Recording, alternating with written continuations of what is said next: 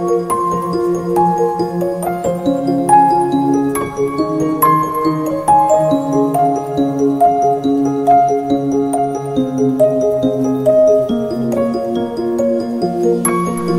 bulan sang Mayo, kinakabig nga bulan sang debosyon sa mahal nga Birhen Maria, ang pinakamatahom nga bulak sa bug-os nga mga kabulakan.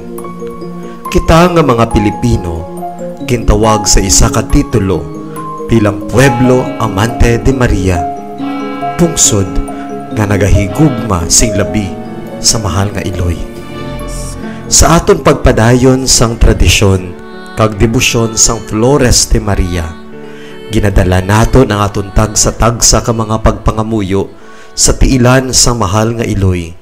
Bit-bit ang tagsa-tagsa ka mga kabulakan nga nagalarawan sa isa ka madalom nga debosyon nga indi matupungan sa ordinaryo nga pagpahangop sa nagligad na nga mga henerasyon. Gani kabataan man, pamatanon, hamtong kag tigulang, ululupod naton nga pagkaselebrahon ang debosyon sang tagsa-tagsa sa aton sa mahal nga Birhen Maria sa Flores de Maria. Sa ngalan sang Amay, kag sang Anak, kag sang Espiritu Santo. Amen. O Iloy sang Dios, Iloy sang himpit nga paghigugma, Iloy sang mapag-on nga pagtuo, kag Iloy sang santos nga paglao. Bisan makasasala kami nga dako, nagapangalaba kami sa imo, nga imo kami hatagan sing mga bugay nga amon kinahanglan sa paghiwat sing maayo sining imo nga Flores. Tinluan kag himpiton mo o Senyora ang amon kalag, agud tumanon namon sa gihapon ang mga nahanungod sa sining bulan nga ginahalad namon sa imo kabay pa.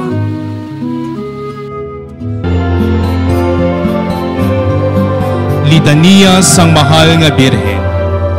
Ginoo maluoy ka sa amon. Ginoo maluoy ka sa amon.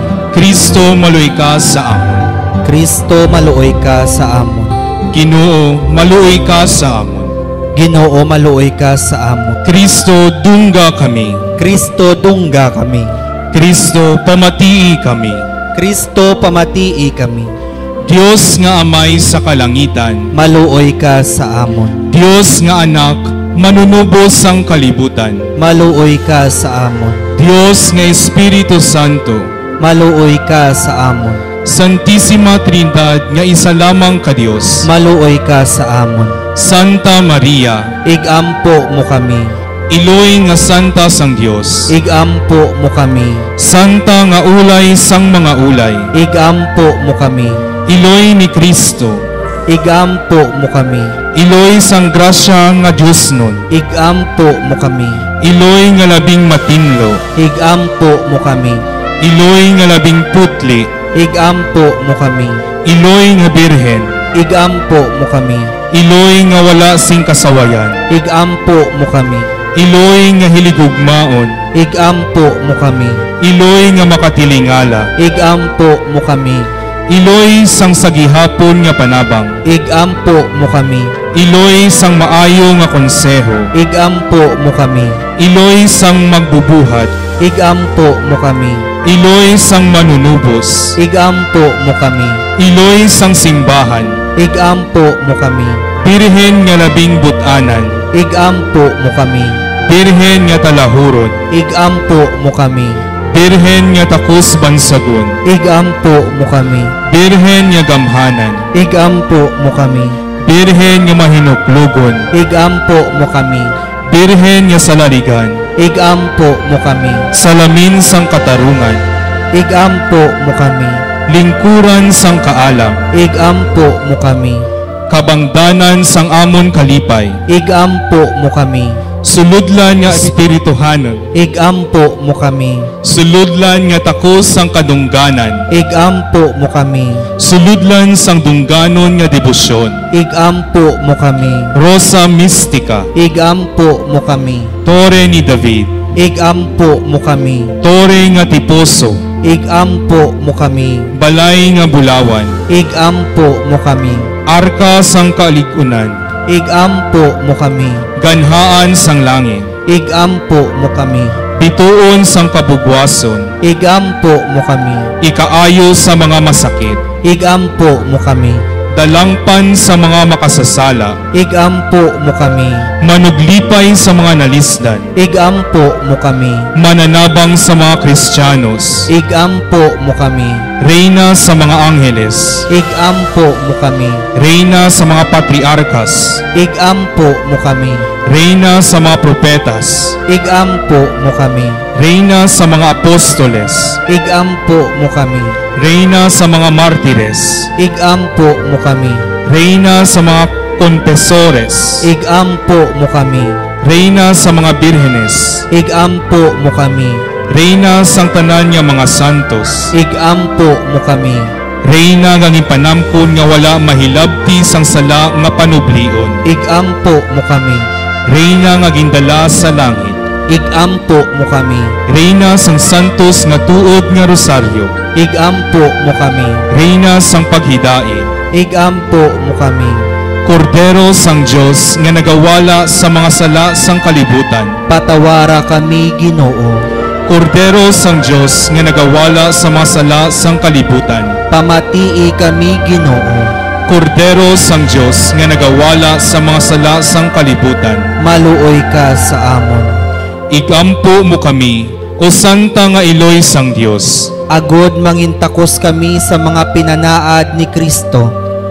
Pangamuyo, o Dios, tungod sang kabuhi, kasakit, kamatayon kag pagkabanhaw sang imo bugtong nga anak, ginago mo para sa amon ang dulot sang kabuhi nga walay katapusan. Nagaampo kami, kabay nga ihatag mo sa amon, nga nagapamalandong kag nagapangamuyo sining mga misteryo sang Santos nga Santo Rosario ni Santa Maria Birhen, nga amon masunod ang iya ginatudlo kag mabaton ang iya ginapanaad, paagi kay Kristo nga amon Ginoo. Amen. Kabay ang bulig nga Dios nun magpabilin unta sa aton. Amen. Kabay ang mga kalag sang tanan nga mga tumuluo nga nagtaliwan tungod sa kaluoy sang Dios magpahuway sa pagidait nga dayon. Amen. Kabay ang bendisyon sa makagagahom nga Dios, Amay, Anak kag Espiritu Santo magpanaog ka magpabilin unta sa aton sa gihapon. Amen.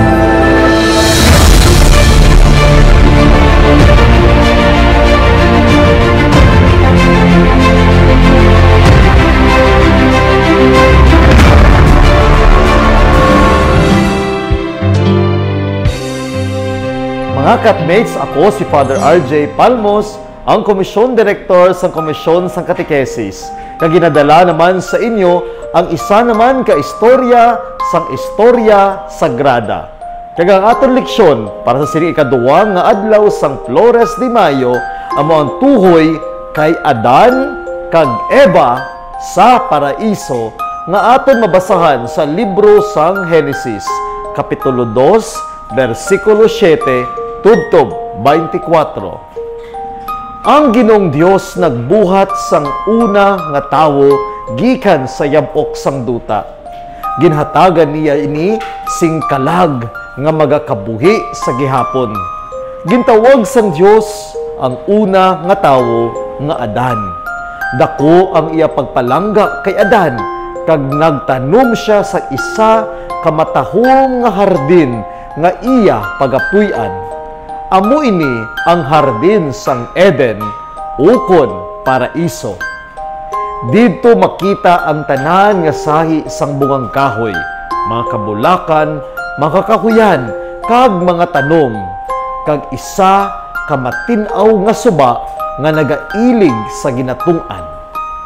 Sa isa ka adlaw, Gindala sang Dios ang tanan nga makasapatan sang duta, kag tanan nga makapispisan sa kahawaan kay Adan, kag ginpahingalanan niya ini sila sig isa kag isa.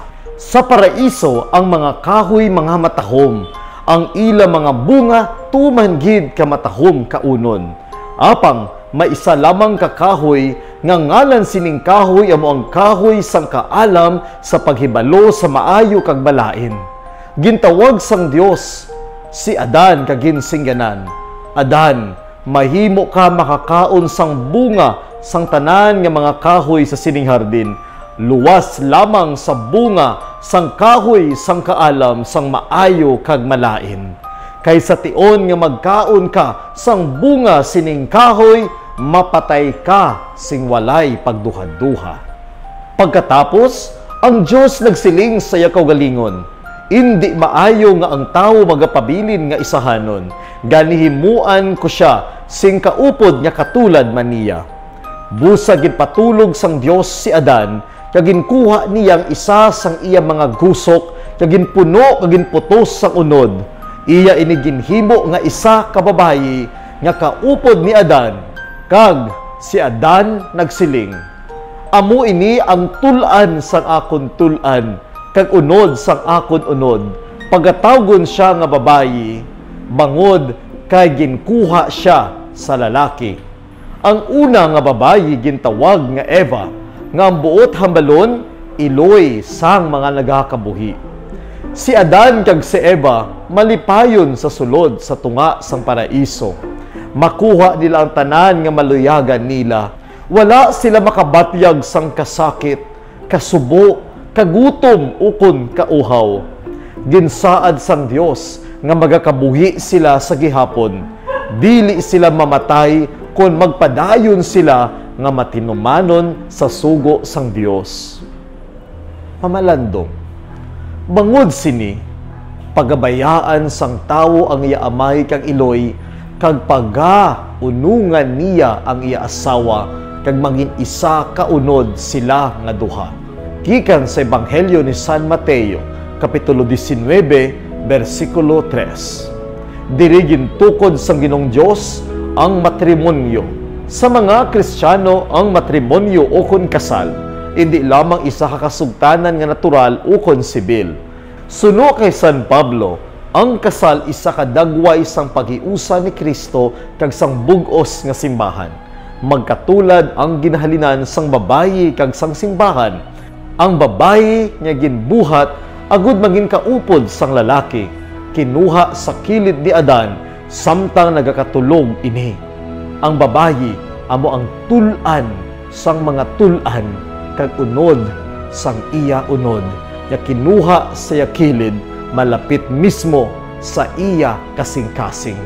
Sang si Jesus naghimugto kag napatay sa krus, ang bangkaw nagbukas sang iya kilid kag naglapos sa iya kasing-kasing. Gikan didto nag-ilig ang dugo kag tubig.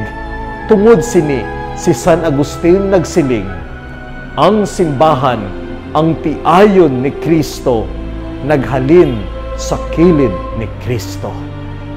Mga utod, ini ang aton katikesis sa istorya sagrada, si Adan kag si Eva sa paraiso. Balasahon gikan sa sulat ni Isaías nga propeta. Ang Ginoo nagpadala sing isa pagid ka mensahe kay Akaz. Pangayo ka sa Ginoo nga imo Dios sing isa katanda. Ayhan magahalin ini sa kadadalman sa kalibutan sang mga patay o kun halin sa langit sa ibabaw.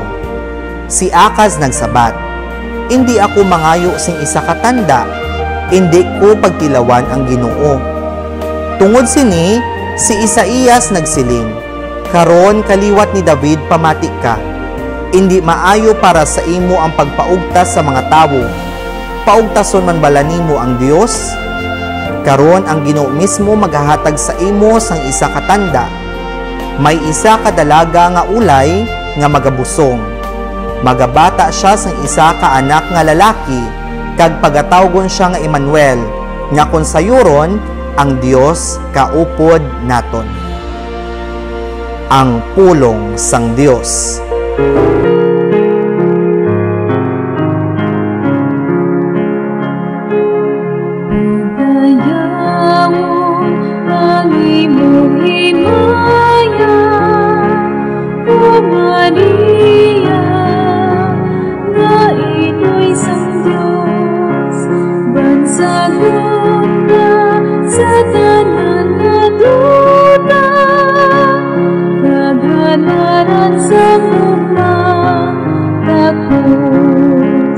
Maghimaya ka, Birhen na putri, kabukwasan na labing magayon.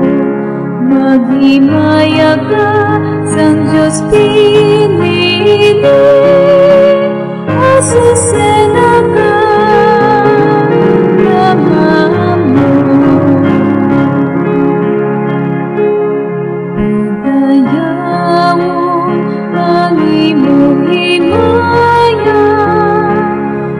Maria, na ito'y sang Diyos, bansagon na sa tanan na duda, kagalaran sa kumang tapos.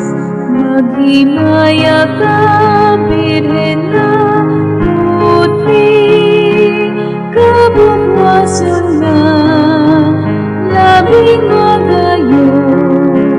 Maghimaya ka, sang Diyos pinili, asusena ka, naman mo.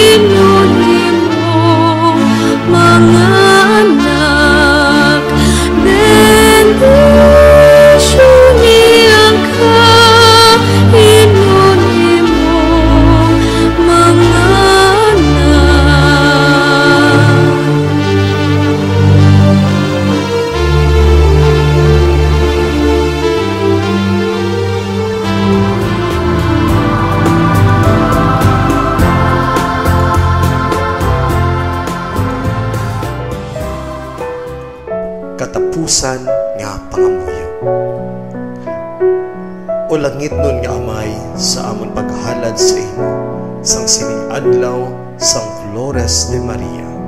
Itugot nga amon man mailog ang mga panimuot sang mahal nga Iloy sang Dios. Itugot man nga sa amon tagsa-tagsa kapag pangkinawi kag pangatasan, kami man mangin matahom nga mga bulak para sa iban nga katawan. Ginapangayo namon ini sa imo, pagi kay Kristo nga amon Ginoo. Amen. Sa ngalan sa Amay, kag sa Anak, kag sa Espiritu Santo.